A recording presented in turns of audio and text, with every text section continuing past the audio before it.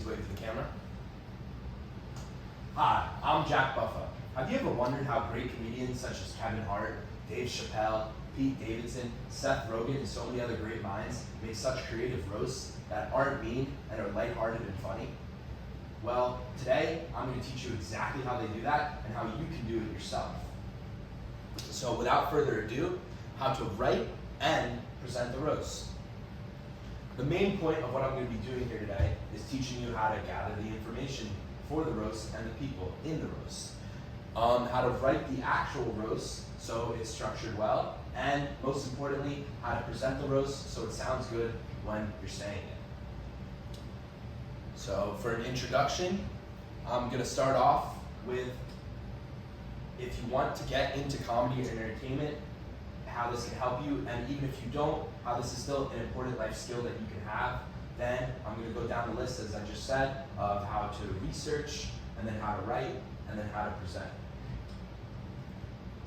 So why it is beneficial to do a roast.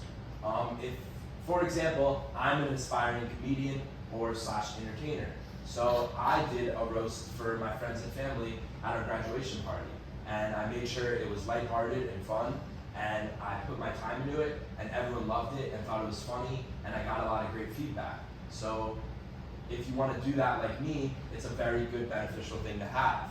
Also, if you want this skill just for normal conversation, it's a good skill to have. If people think you're funny and creative, you have a better chance of getting a job, making more friends, or just making an awkward conversation unawkward, or just lightening up the room.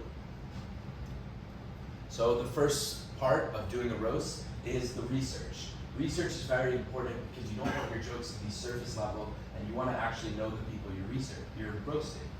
So the first thing you want to do is talk to their friends and family about funny stories about them, or personality traits they have that are different than most, or just things like that, and things that will really get people to know, oh, I actually put the time into this and knew the people, and didn't just make surface level jokes like about their looks or stuff that might not be lighthearted and might actually hurt their feelings. Okay, now on to steps to writing a roast. The first step that you want to have is just writing every name down on a sheet of paper or on a computer, and then allocating a certain amount of time to each person to make sure you're spreading out the roast evenly and you're not just targeting one or two people. The next thing you want to do is make sure that you're adding misdirection in your jokes, because that's the best way to make people laugh, is if they think you're saying one thing and then you say a whole other thing. Misdirection is the best way to get people to laugh in the easiest way without being an actual professional comedian.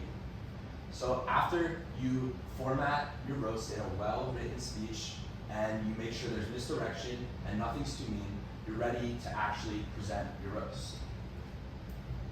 So for the actual presentation, this is the most important and crucial part of the roast, because even if you write the best roast with the funniest jokes, it is so important how your delivery is. So you want to make sure that the timing of your jokes is on point, and you can do this by practicing the jokes on some people close to you, whether it's your friends, your family. Just practicing the jokes and saying them over and over before you actually do the actual roast is very helpful and beneficial when working on your time. You also want to fluctuate your voice up and down and make sure that there's personality when you're speaking and you don't just sound monotone the whole time, because then people won't gravitate towards your roast. And then the most important part is enthusiasm. You want to look like you're having fun up there, because if you look mad or you look angry, people could take the jokes personally, or it can't be, or some people might not find it funny. So you want to make sure the whole thing is lighthearted and just fun. Thank you for listening on how to write a roast. I hope you guys use this in the future and use this skill to help you later in life. Are there any questions? Yes. In your personal experience, how long does it take you to write a roast? In my personal experience, it took me about 5 to 6 days to actually write everything down and practice it before I presented it. But it's a good pastime throughout a week if you have more time on your hands, if you just want to do that. Yes? How do you know if your jokes are too mean?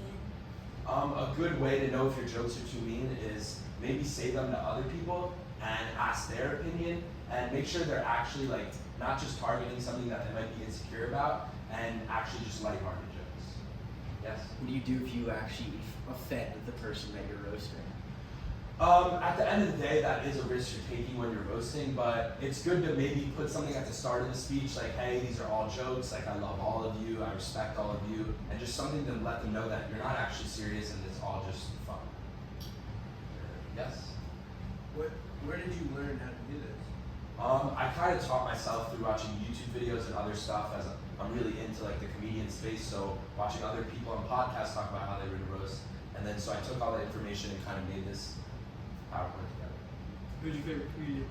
My favorite comedian is actually the king of roasting, Andrew Scholes.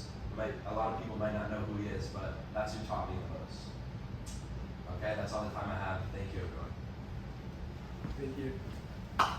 You want to go? You want me to go?